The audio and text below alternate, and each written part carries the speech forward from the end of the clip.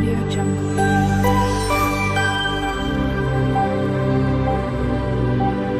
Audio Jungle. Hello everyone, જય શ્રી કૃષ્ણ. મારી ચેનલમાં તમારું સ્વાગત છે.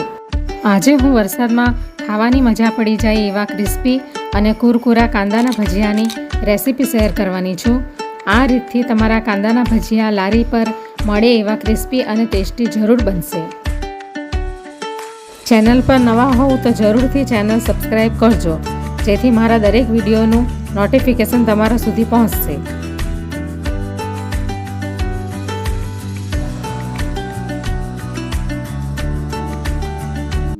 તો આજે હું કાંદાના ભજીયાની રેસીપી શેર કરવાની છું. તો એના માટે મેં આ કાંદા લાંબા લાંબા કાપી લીધા છે. બહુ જાડા પણ નથી કાપવાના અને બહુ પાતળા પણ નથી કાપવાના. આવી રીતે મીડિયમ કાપવાના છે. તો આ 4 મોટા કાંદા છે, તો એને મેં લાંબા લાંબા કટ કરી લીધા છે. તો હવે આપણે એની અંદર પહેલાં મીઠું નાખીશું. હવે આપણે મિક્સ કરી લઈશું. હવે આપણે એને 10 મિનિટ ઢાંકીને મૂકી દઈશું. તો 10 મિનિટ થઈ ગઈ છે. તો હવે આપણે જોઈ લઈએ. તમે જોઈ શકો છો કે આ કાપેલા કાંદામાંથી બધું મોઇશ્ચર રિલીઝ થઈ ગયું છે. આપણે આ કાંદાના ભજીયામાં બિલકુલ પાણી નહીં નાખીશું. અગર જરૂર પડી તો 1 ચમચી જેટલું જ પાણી નાખીશું. જરાક આપણે એને મસળી લઈશું હાથથી.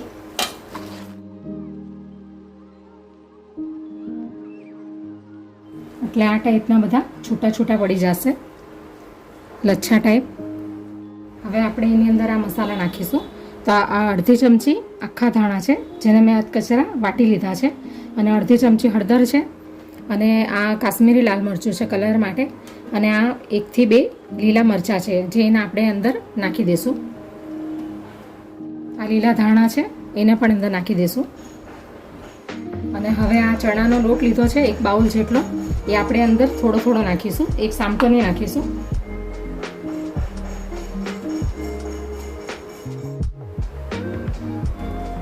હવે મિક્સ કરી લેશું. આ કાંદાની અંદરથી જે પાણી રિલીઝ થાય છે ને, એમાં જ આપણે આ ચણાનો લોટ મિક્સ કરવાનો છે. ઉપરથી પાણી બીજું નથી રેડવાનું. અગર તમારે ક્રિસ્પી ભજીયા ખાવા હોય કાંદાના, તો અંદર બિલકુલ પાણી રેડવું નહીં. અને આ બાકીનો લોટ છે એ પણ આપણે અંદર નાખી દઈશું.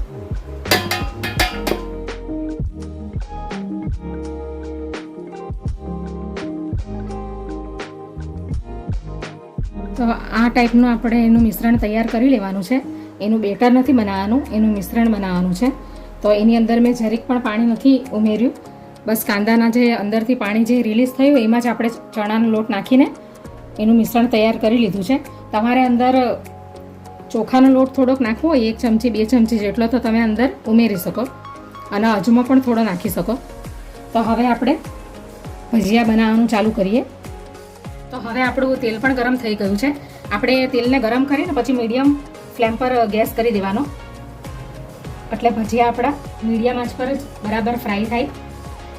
ફાસ્ટ ગેસ પર એના નથી ફ્રાય કરવાના. તમને એવું લાગે કે તેલ બરાબર ગરમ નથી થયું, તો તમે એની અંદર થોડુંક આ બેટર થોડું મિશ્રણ નાખીને તમે ચેક કરી શકો. તો હવે આપણે કાંદાના ભજીયા બનાવવાનું સ્ટાર્ટ કરીએ. એને કોઈ શેપ નથી આપવાનો. આપણે આવી રીતે એને છૂટા છૂટા આ રીતના બનાવવાના છે.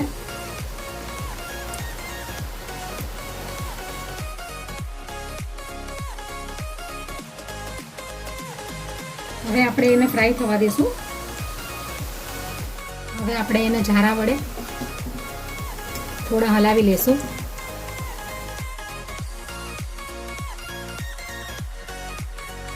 બીજી સાઈડે પલટી લેશું એને આપણે.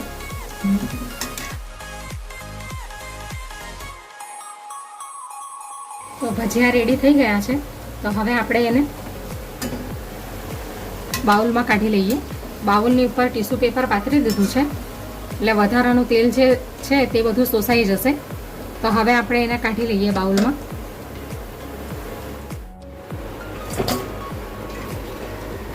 તો આ રીતે આપણે બધા ભજીયાને ફ્રાય કરી લઈશું.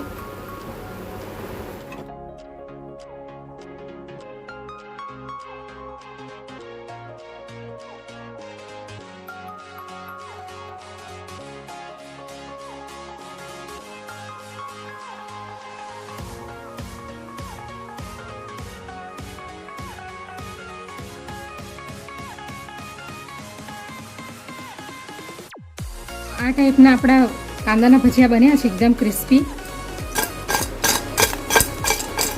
આ ટાઈપના એકદમ.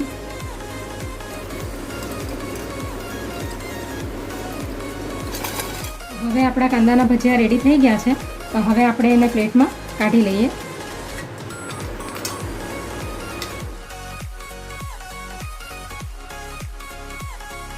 કાંદાના ભજીયાને તમે ગ્રીન ચટણી સાથે, ટમેટો સોસ સાથે પણ તમે એને ખાઈ શકો અને એમ જ ખાશો તો પણ સારા ટેસ્ટી લાગશે.